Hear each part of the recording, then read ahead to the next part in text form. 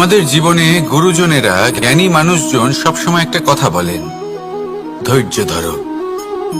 শুধুমাত্র দুটো শব্দ, কিন্তু কতটা বিশাল সেটা বোঝার চেষ্টা করুন।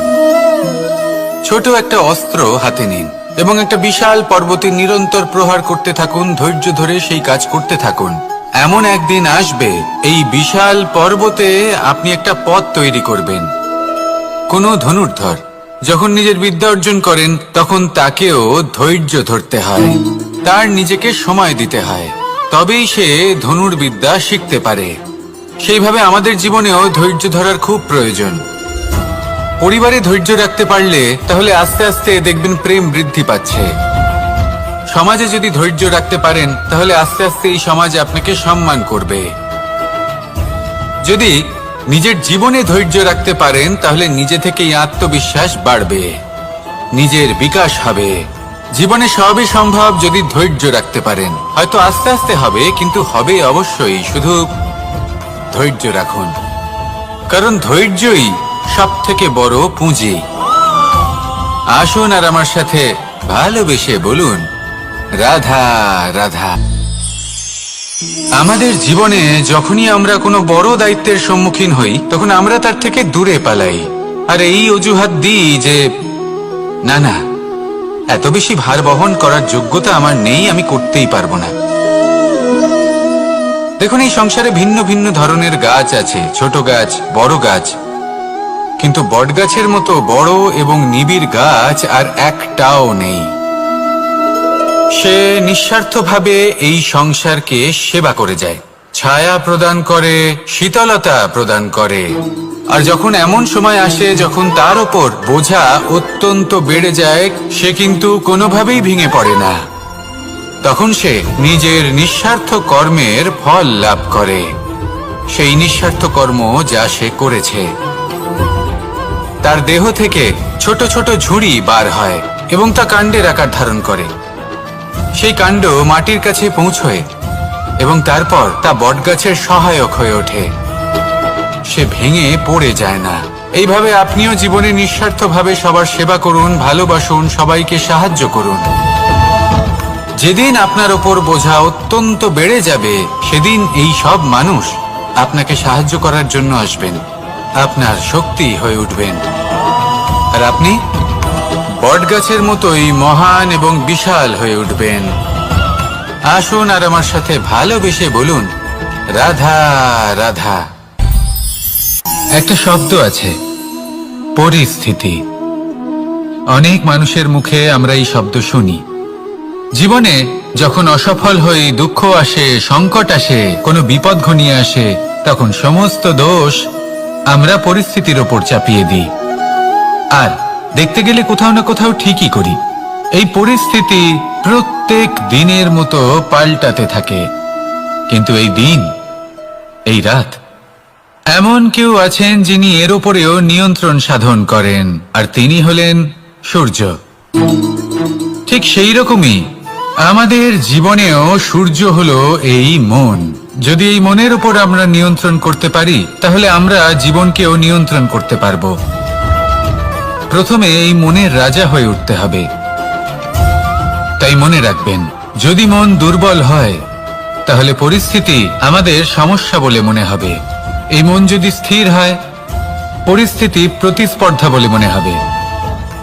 আর এই মন যদি শক্তিশালী হয়ে ওঠে, তাহলে যে কোনো পরিস্থিতি আপনার কাছে একটা সুযোগ মাত্র, এমন এক সুযোগ যাতে অগ্রসর হয়ে আপনি মহান হয়ে উঠতে পারেন। এই মনের শক্তির বৃদ্ধি ঘটান, মহান হয়ে উঠুন, আর আমার সাথে ভালোবেসে বলুন, রাধা রাধা। খুব সুন্দর একটা কাহিনী আছে। একবার এক ব্যক্তি নিজের অসফলতার জন্য ত্রস্ত হয়ে সময় দেবতার তপস্যা করতে বসলেন। উনি তপস্যা করলেন এবং সময় দেবতা প্রসন্ন হলেন, মানুষের রূপ ধারণ করে ওনার সামনে প্রকট হলেন। এবার সেই ব্যক্তি ওনাকে জিজ্ঞেস করলেন যে কি এমন আছে যার জন্য আপনি বারবার জয়ী হন আর আমি চিরকাল পরাজিত হয়ে থাকি? কেন এত পরিশ্রম করা সত্ত্বেও আমি সাফল্য লাভ করতে পারি না? তখন সময় দেবতা উত্তর দিলেন যে দিন হোক বা রাত, ঝড় হোক বা ভূমিকম্প, রোদ হোক বা বৃষ্টি হোক, সময়ের সূত্রপাত হোক বা প্রলয়, আমি থামি না, আমি চলতেই থাকি। আর সেই জন্য যিনি থেমে যান তিনি পরাজিত হন, আর আমি জয়ী হই। এটাই আমাদের শিখতে হবে। জীবনে সবসময় চলতে থাকুন, কখনো থামবেন না। হ্যাঁ, কিছুক্ষণের জন্য বিরতি নিতে পারেন, বিশ্রাম করার জন্য, নিজেকে আরো সশক্ত করে তোলার জন্য, কিন্তু থেমে যাবেন না। নিরন্তর কর্ম করতে থাকুন, পরিশ্রম করতে থাকুন, তবেই এই সংসার আপনাকে মনে রাখবে। আসুন আমার সাথে ভালোবেসে বলুন, রাধা রাধা। মানুষ তার জীবনে দুই ধরনের পরিস্থিতিকে খুব ভয় পায়। এক, কোনো কারণবশত কারোর সামনে নত হওয়া। দুই, কোনো কারণে নিজের চরিত্র থেকে, নিজের মূল্যবোধ থেকে বিচ্যুত হওয়া। এবার কেন হয় এরকম যে কথায় কথায় কারোর সামনে নত হতে হয়? কেন বারংবার নিজের চরিত্র থেকে চ্যুত হতে হয়? এরকম কেন হয়? এটা তখনই হয় যখন আমাদের শিক্ষা এবং মূল্যবোধের অভাব থাকে। যদি মানুষের মধ্যে প্রকৃত শিক্ষা থাকে, তাহলে এই সংসারে কোনো সময় এবং কারোর সামনেই নত হওয়ার কোনো প্রয়োজন নেই। যদি মানুষের মধ্যে মূল্যবোধ থাকে, তাহলে তাকে নিজের মূল্যবোধ বা চরিত্র থেকে বিচ্যুত হতে হয় না, তা সে যাই হয়ে যাক না কেন। কোনো বালককে যদি জন্ম থেকেই সুশিক্ষার অধিকারী করা হয়, শিক্ষিত করা হয়, মূল্যবোধের অধিকারী করা হয়, তবে সে এই সংসারে এমন কর্ম করবে যাতে সে নিজেকে, নিজের পরিবারকে, সমগ্র সমাজকে গর্বিত করতে পারে।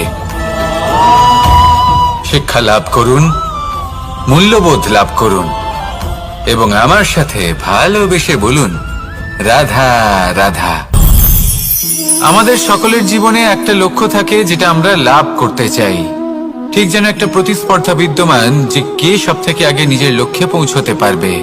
আর সেই জন্য আমরা সকলেই খুব তাড়াতাড়ি এগোতে চেষ্টা করি, বড় এবং দীর্ঘ পদক্ষেপ ফেলি, যাতে তাড়াতাড়ি নিজের লক্ষ্যে পৌঁছতে পারি।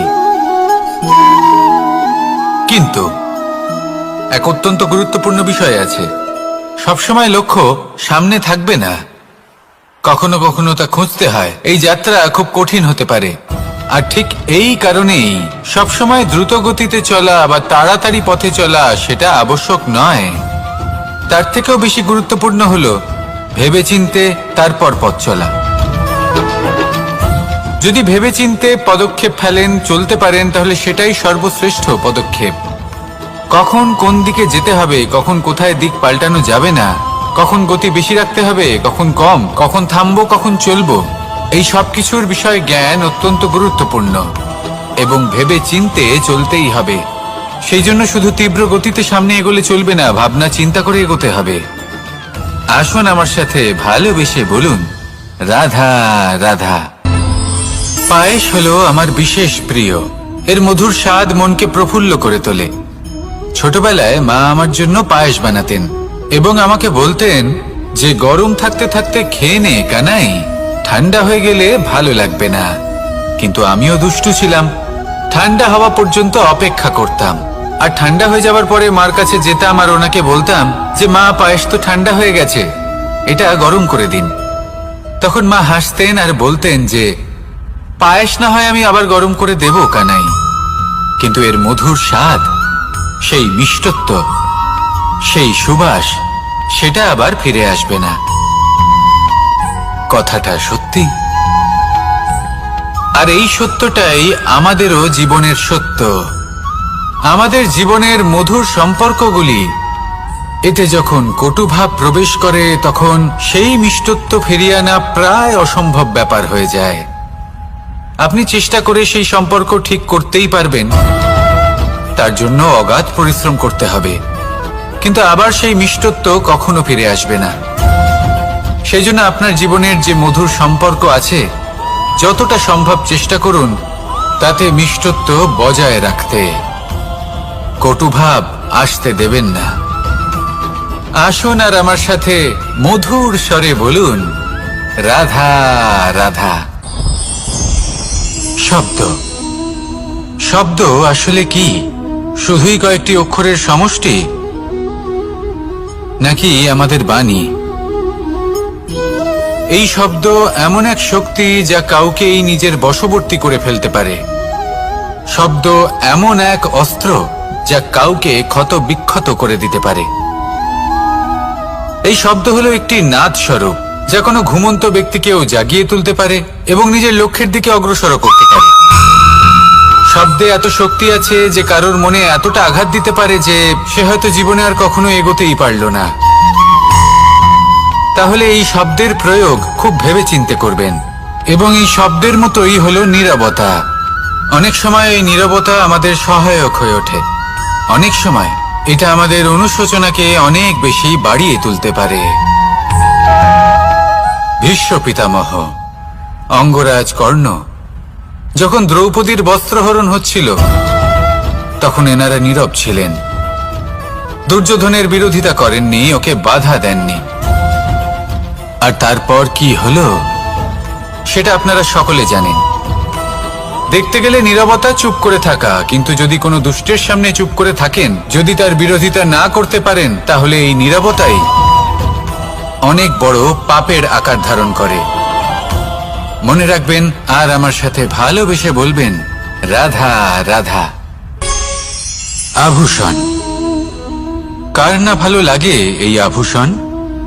আমরা পরিশ্রম করি, ধন অর্জন করি আর আভূষণ কিনে থাকি, কখনো নিজের জন্য, কখনো বা তাদের জন্য যাকে আমরা ভালোবাসি, বা তাদের জন্য যাকে আমরা সম্মান করি। হয়তো সেই জন্যই সীতা চূড়ামণি ধারণ করেছিলেন এবং আমি সামন্তকমণি। কিন্তু এটাই কি সেই প্রকৃত আভূষণ যা আপনার মূল্য বৃদ্ধি করে? না। শ্রীরামের আভূষণ হলো ওনার নম্র ভদ্র ব্যবহার। মাতা সীতার আভূষণ হলো ওনার সততা, ওনার নিষ্ঠা, ওনার ত্যাগ। অর্জুনের আভূষণ ছিল ওনার একাগ্রতা। রাধার আভূষণ ওনার প্রেম। এই আভূষণ কোথাও নেই, আপনার মনে আছে। যদি আপনার মনে মিষ্টতা থাকে, তা শান্ত হয়, তাতে সততা থাকে, নিষ্ঠা থাকে এবং প্রেম থাকে, তাহলে আপনার অন্য আর কোনো আভূষণের কোনো প্রয়োজন নেই। আপনি যতই ভিড়ের মাঝে থাকুন, আপনার ঔজ্জ্বল্য চোখে পড়বে। আসুন আর আমার সাথে ভালোবেসে বলুন, রাধা রাধা। এই সংসারের সবথেকে বড় সত্যি হলো জন্ম এবং মৃত্যু। কিন্তু আরো বড় একটা সত্য আছে, মিত্র এবং শত্রু, যা আমাদের সকলের জীবনে থাকে। মিত্র সে যে আমাদের সঙ্গ দেয় এবং সংসারের সবথেকে উঁচু শিখরে আমাদের নিয়ে যায়, এবং শত্রু সে যে যে কোনো মুহূর্তে যে কোনো শিখর থেকে আমাদের নিচে ফেলে দিতে পারে। এবার বিচিত্র ব্যাপার হলো এটাই যে আমরা নিজেরাই এদের সাথে নিয়ে চলি, নিজেরাই এদের পালন করি। তা কি করে? প্রথমে বুঝুন এই মিত্র এবং শত্রু কারা। আপনার নিজের মন, আর কেউ নয়। এই মনই হলো মিত্র যখন তাতে ভারসাম্য বজায় থাকে, তা নিয়ন্ত্রিত থাকে, তা পবিত্র হয়। কিন্তু যদি এই মন অনিয়ন্ত্রিত হয়ে পড়ে, যদি আপনাকে সে নিয়ন্ত্রণ করতে শুরু করে, তখন সেই আপনার সবথেকে বড় শত্রু হয়। সেই জন্য এই মনের ওপর নিয়ন্ত্রণ রাখতে শিখুন, এতে ভারসাম্য বজায় রাখতে শিখুন।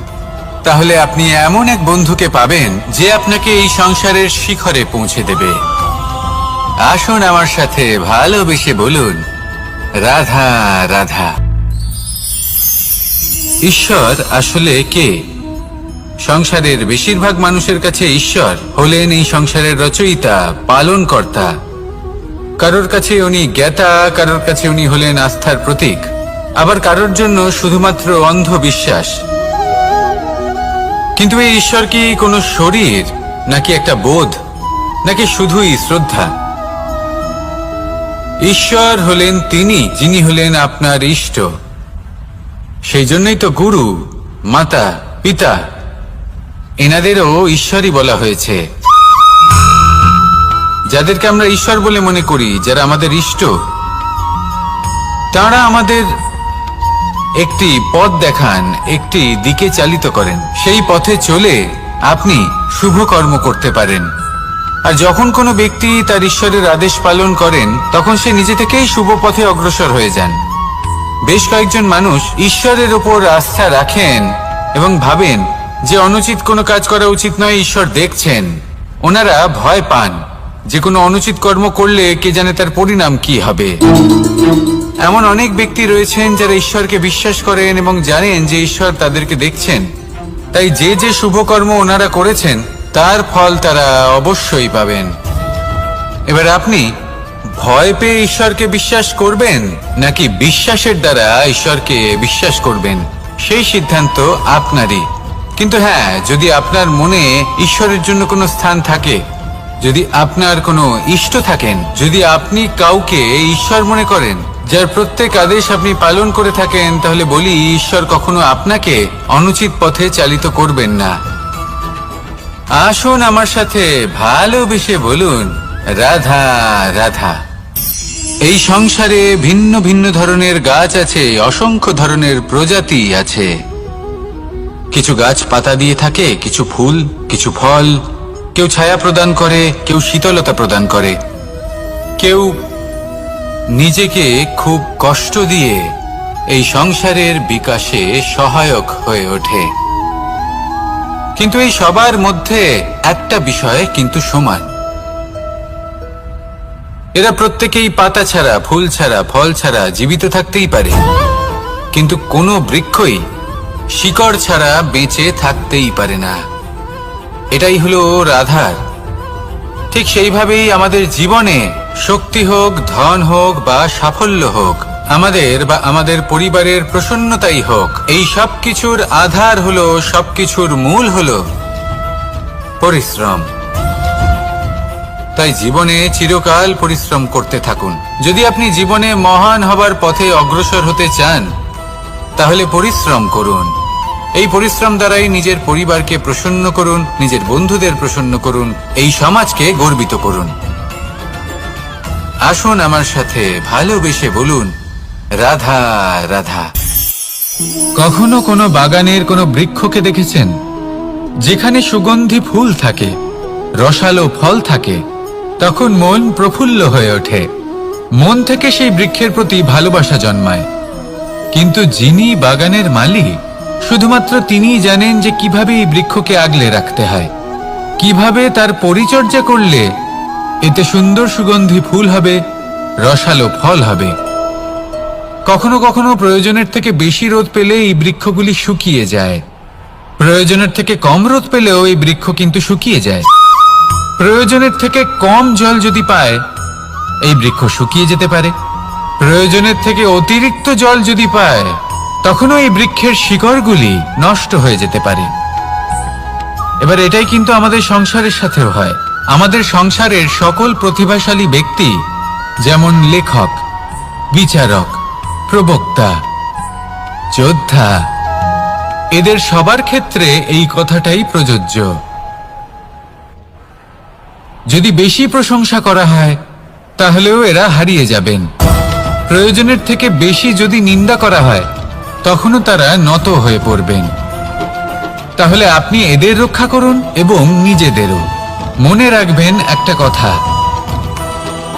জেনে রাখুন কখন কোন নিন্দায় আপনি লজ্জিত হবেন না, আর কখন কোন প্রশংসার দ্বারা নিজের মধ্যে অহংবোধ জাগ্রত করবেন না।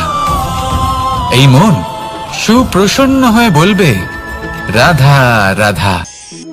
সময় কত বিচিত্র হয়। সময় আমাদের পক্ষে থাকলে আমরা নিজেদের রাজা মনে করে নিই, আর সেই সময় যদি বিপক্ষে চলে যায়, তাহলে নিঃস্ব হতে সময় লাগে না। তাই মানুষের একটা অভ্যেস আছে, খারাপ সময়ের জন্য কিছু সঞ্চয় করা। আত্মীয়, বন্ধু খারাপ সময় পাশ থেকে সরে যায়। যশ, মান প্রতিকূল সময় চিরস্থায়ী হয় না। তাই মানুষ মনে করে অর্থ সঞ্চয় করাই শ্রেয়।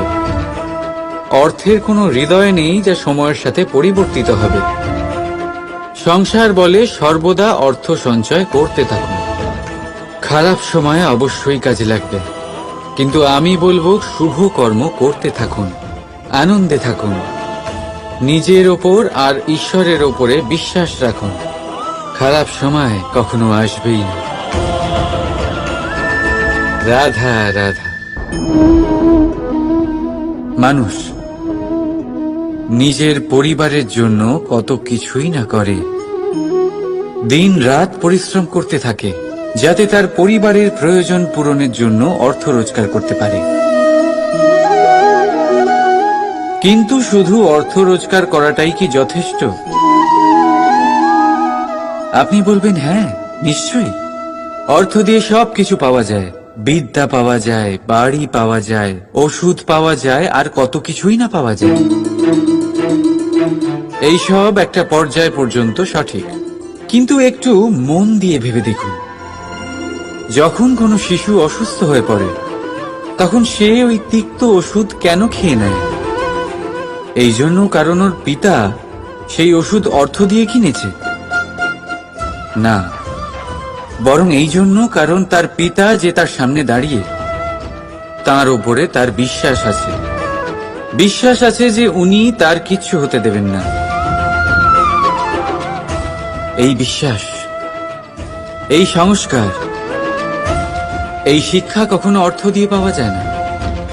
এটা পাওয়া যায় সেই সময় থেকে যা মাতা পিতা তাদের সন্তানের সাথে কাটিয়েছেন। তাই জীবনে অর্থ অবশ্যই উপার্জন করুন, কিন্তু নিজের পরিবারকেও সময় দিন, আনন্দ পাবেন। রাধা রাধা। প্রকৃতি মানুষকে এক বিশেষ শক্তি দিয়েছে, অন্য জীবের থেকে বেশি শক্তি দিয়েছে, স্মরণ শক্তি। এই শক্তি মানুষকে অন্য জীবের থেকে ভিন্ন করে, ইতিহাস রচনা করার প্রেরণা দেয়, জ্ঞানকে বংশানুক্রমে এগিয়েও নিয়ে যায়। আর যারা ভুলে যান, অধিকাংশ সময় তারা উপহাস আর দয়ার পাত্র হয়ে যান। কিন্তু এটাই কি প্রকৃত রূপে সত্য? না। এই স্মরণ শক্তি মানুষের বিকাশের সব থেকে বড় বাধা হয়ে দাঁড়ায়, তার মনকে দূষিত করে দেয়। খারাপ অভিজ্ঞতা, কারোর করা বিশ্বাসঘাতকতা, কারোর কটাক্ষ বেশিরভাগ মানুষই ভুলতে পারেন না, আর তারপর প্রতিশোধ নিতে উদ্যত হন। প্রথমে সময় নষ্ট করেন প্রতিশোধের প্রস্তুতিতে, আর তারপর সময় নষ্ট করেন প্রতিশোধ নেওয়ার সুযোগ খুঁজতে।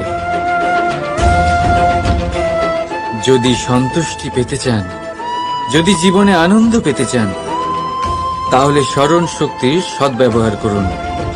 নিজের স্মরণ শক্তিকে চালনা করুন শুধুমাত্র ভালো কথা আর ভালো স্মৃতির দিকে। জীবনে আনন্দ পাবেন। রাধা রাধা।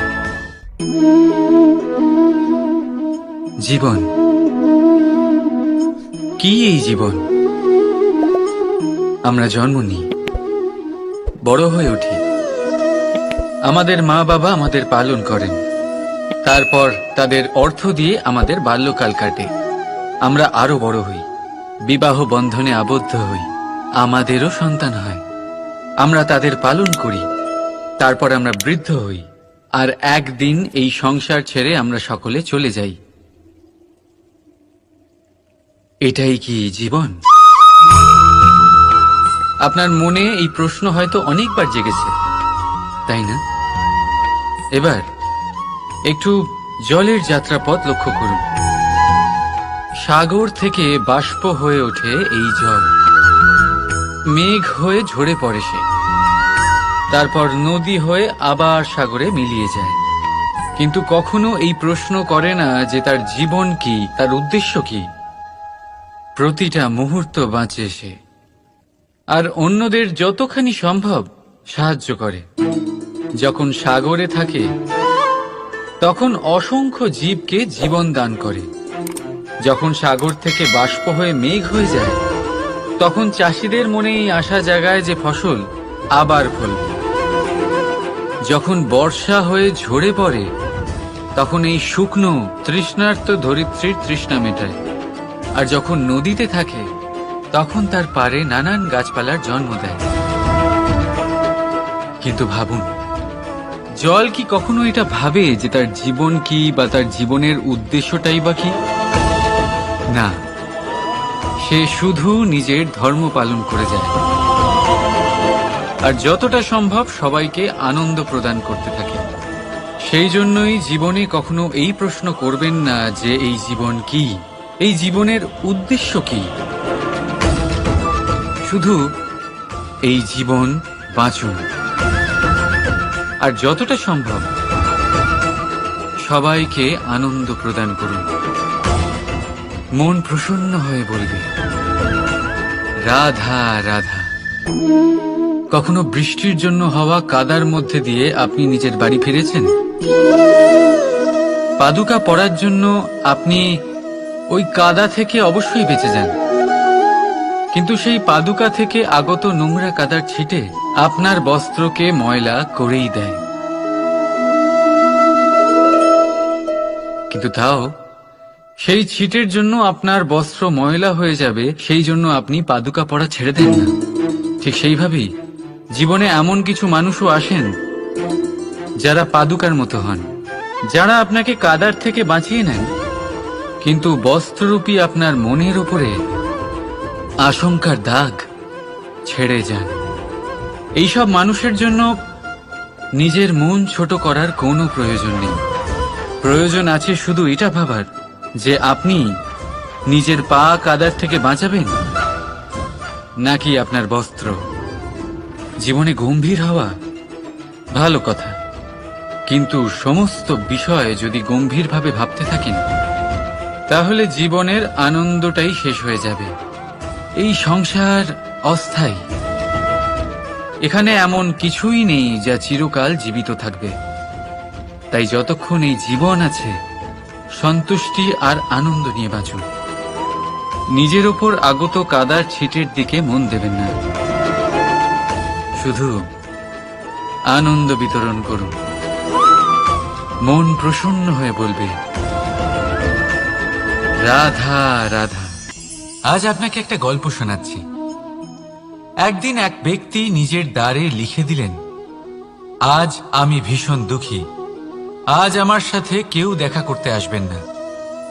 কিছুক্ষণ পরে তার এক বন্ধু এলো, সে সেই লেখা পড়ল, তাও গিয়ে তার সাথে দেখা করল। সে বলল, আমি লেখাপড়া জানি না, কিন্তু আমার বন্ধুর মনের এই বেদনা, এটা আমাকে সবসময় ডাক দেয়। এরাই হলো আসল বন্ধু। কোনো কারণে আপনি যদি দুঃখ পান, কোনো সমস্যার সমাধান না বের করতে পারেন, এই সংসার থেকে আলাদা হয়ে যেতে চান, তাও এই বন্ধু আপনার সাথেই থাকবে।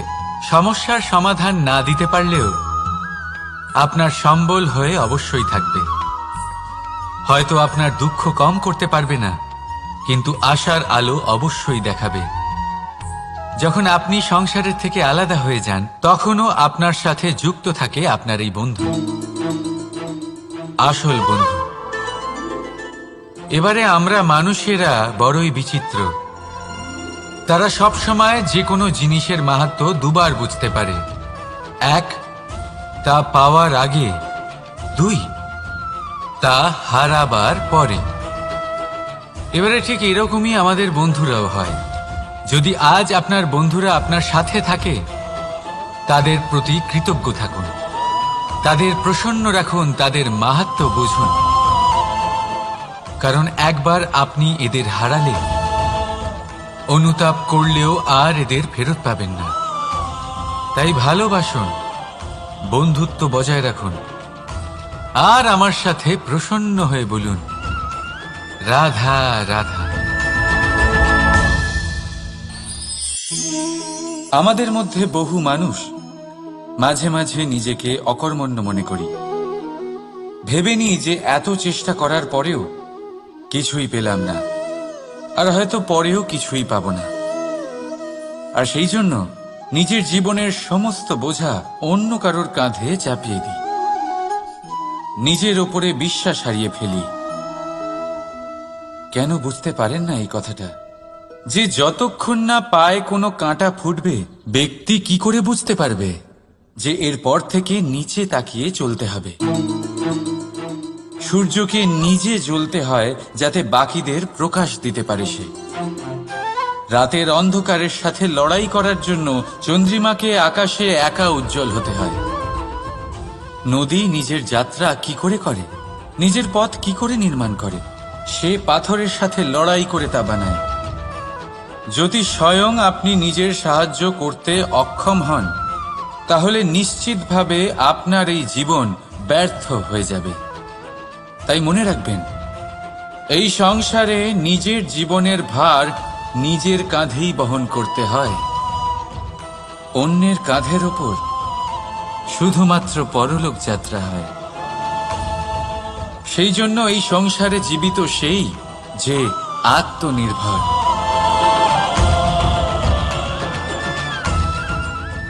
রাধা রাধা।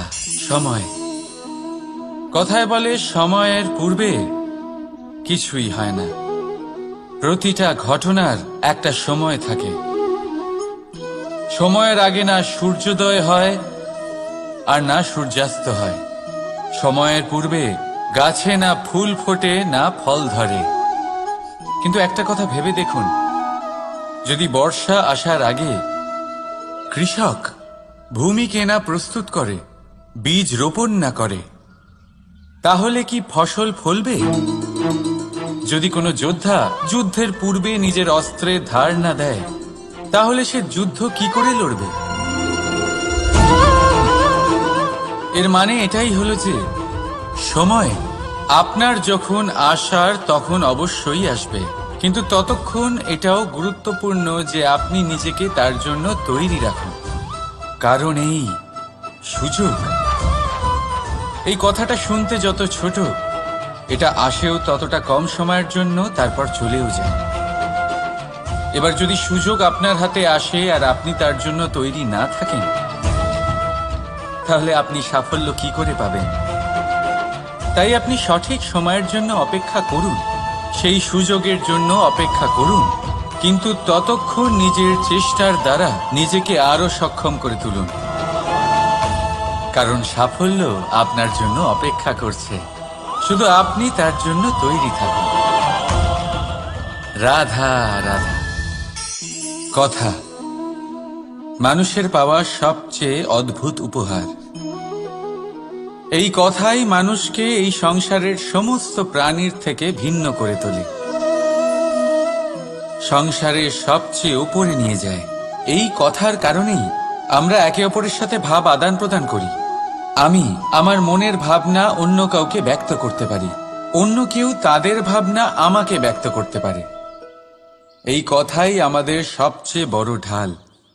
এবারে দেখুন, আপনি নিশ্চয়ই লক্ষ্য করেছেন, কারোর কথা মধুর হলে লোকে তাকে ভালোবাসে, তাকে নিজের বন্ধু বানায়।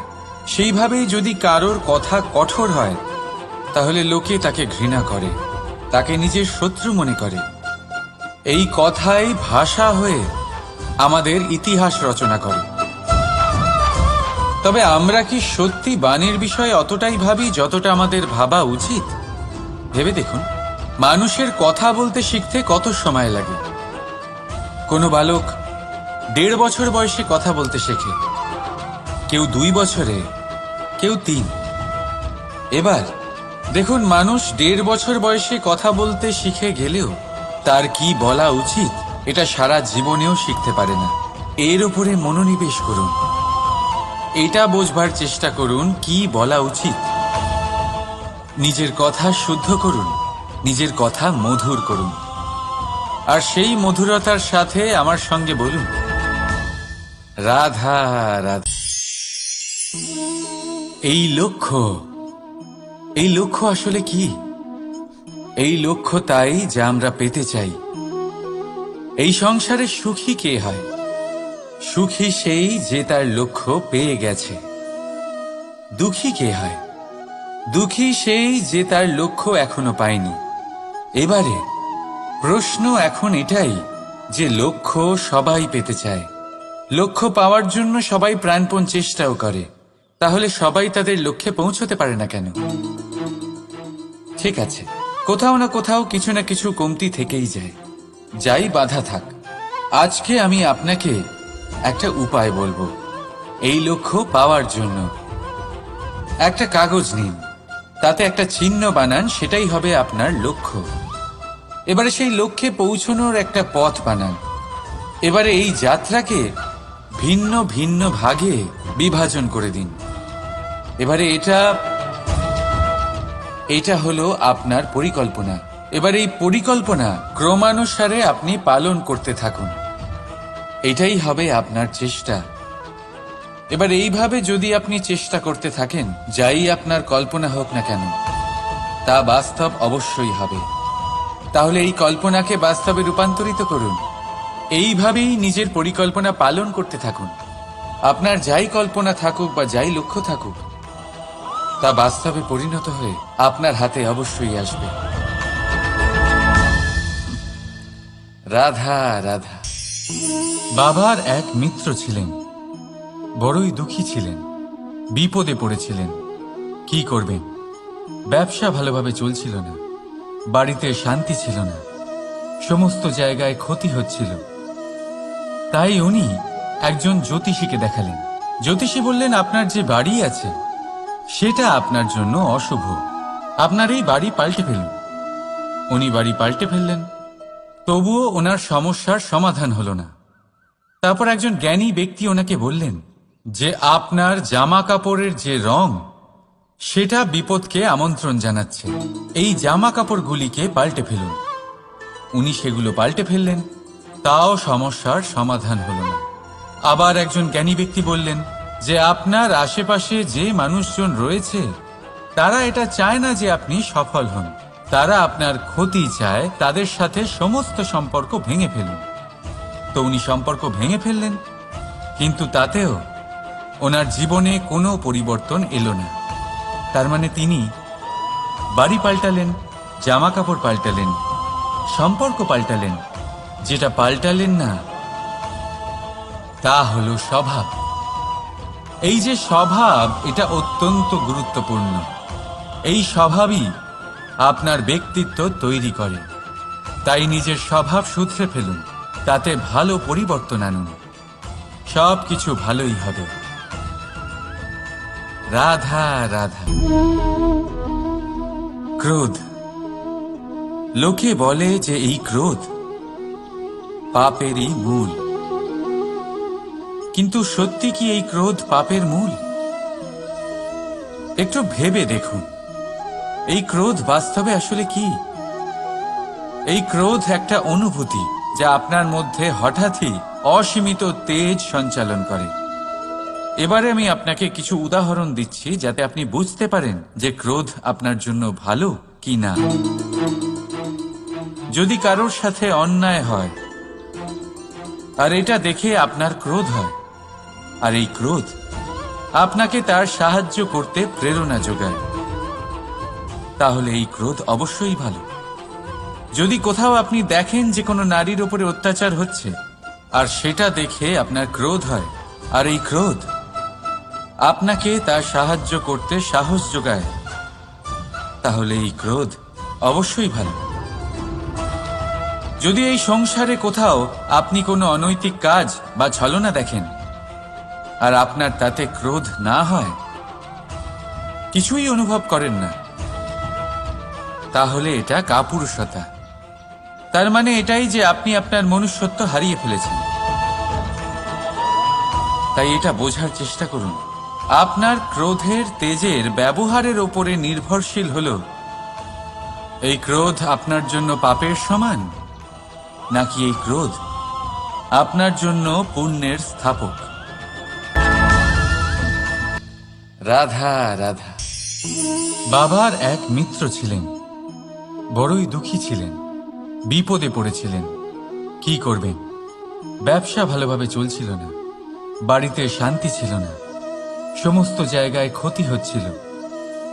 তাই উনি একজন জ্যোতিষীকে দেখালেন। জ্যোতিষী বললেন, আপনার যে বাড়ি আছে সেটা আপনার জন্য অশুভ, আপনার এই বাড়ি পাল্টে ফেলুন।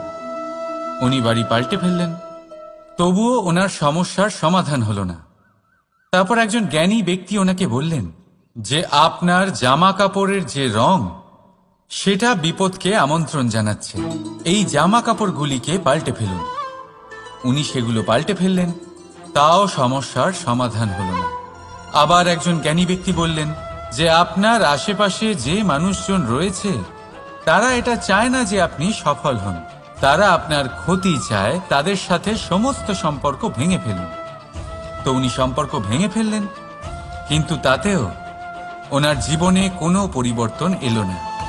তার মানে তিনি বাড়ি পাল্টালেন, জামা কাপড় পাল্টালেন, সম্পর্ক পাল্টালেন, যেটা পাল্টালেন না তা হলো স্বভাব।